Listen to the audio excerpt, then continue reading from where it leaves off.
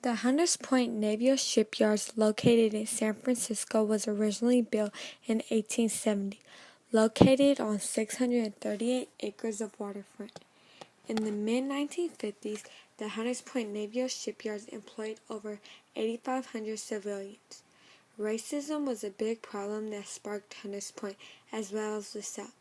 African Americans escaped the South looking for new life, but instead racism followed most of them to Hunters Point, causing several problems for themselves and their families. The Navy eventually took over 11 days before Pearl Harbor. Between 1941 and 1974, the facility was focused on its main point, shipbuilding. This was the start of World War II. The shipyards was used for repairing facilities. Shipbuilding was the primary purpose of the docks.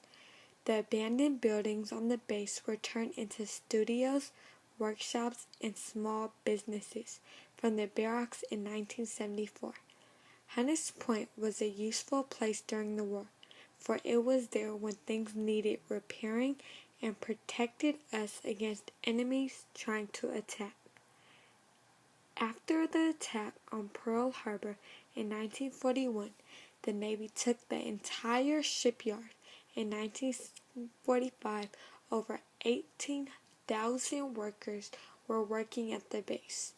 During World War II, Hunters Point Naval Shipyards built and overhauled warships, concentrating afterward on submarine testing and repair. The World War II was at its peak and quickly became the dominant force in the Hunters Point neighborhood. The shipyard was needed to serve the national wartime effort. Its initial development took shape in a whirlwind effort to build the shipyard as quickly as possible. After the Navy purchased the shipyards, they immediately began to expand its facilities by 1945. In 1945, the atomic bomb known as Little Boy was shipped from Hunters Point and dropped to Japan, ending World War II. Hunters Point became home to several Chinese fishermen who caught shrimp and sold them in stores.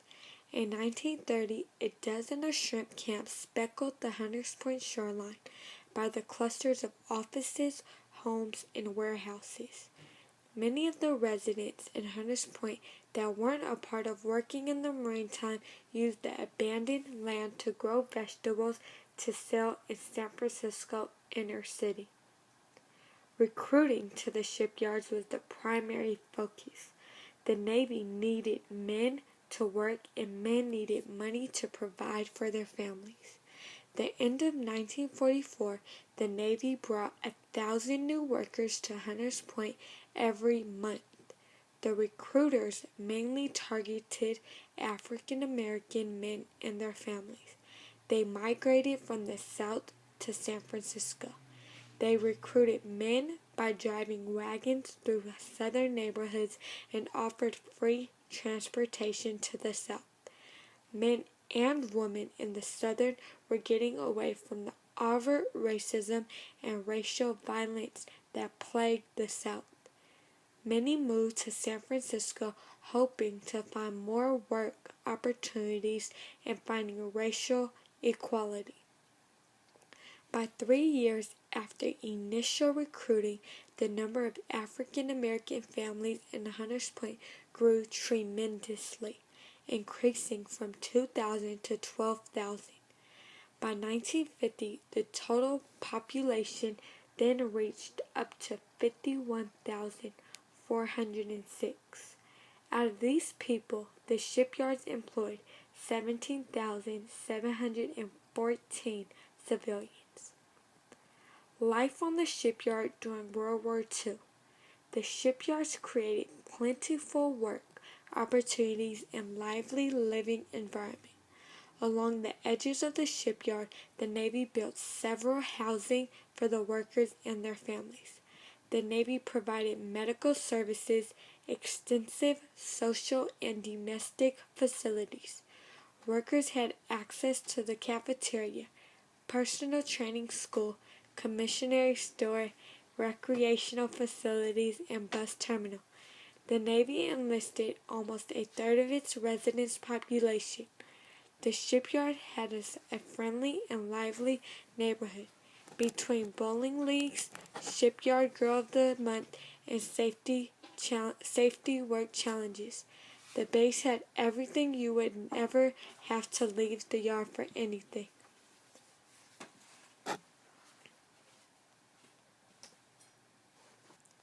There were enough jobs and the Navy provided enough basic services to all Hunters Point residents, white or black, to live comfortable lives during times when everyone was expected to sacrifice for the wartime effort. All these people came together to serve their country. Both whites and African Americans lived and worked in the shipyard, both to serve their country. However, it is unclear to what extent these amenities were extended to African American workers and whether African Americans in Hunters Point had the same wartime experience and quality of life as whites. Most African Americans at the time have experienced racial discrimination and injustice. However, there aren't much publications of this material. Racial issues and prejudice were a large component of the Hunters Point wartime experience.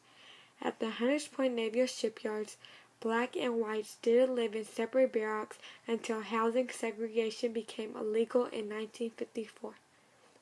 During World War II, the shipyard employees rowed boats to serve their country and make the Hunters Point neighborhood an enjoyable place to live. By the 1960s, Hunters Point became increasingly segregated from San Francisco and were composed predominantly of African Americans and other racial minorities. This decline of infrastructure, limited employment, and racial discrimination were notable problems. In 1966, racial tensions sparked a race riot at Hunters Point. When the war was over, many whites fled the shipyard with their families. They had the resources to relocate. However, many African Americans were still experiencing racial discrimination and financial problems, which kept them restricted to the Hunters Point neighborhood. Many had relocated from the South and had to come to Hunters Point for a fresh start. Housing discrimination at that time was very strong and provided a very real barrier for blacks that wanted to move into other areas of San Francisco. Most people who left Hunters Point after 1955 were white. The shipyard workers at Hunters Point had built their lives around the war. Both blacks and whites moved across the country, leaving family and friends behind. In order to fill national wartime labor needs, the end of the war for many shipyard workers meant the end of a lifestyle. African Americans coming from the South dealt with several situations of racial discrimination. When starting a new life at the Hunters Point Naval Shipyards, they hoped they escaped this racial content. However, that was not the case. Racism followed many African Americans throughout the shipyards. They weren't given the same respect and opportunities as many white folks were. The primary reason for Hunters Point being 76% black community at the time was because many white people were able to relocate their families to better neighborhoods in the South.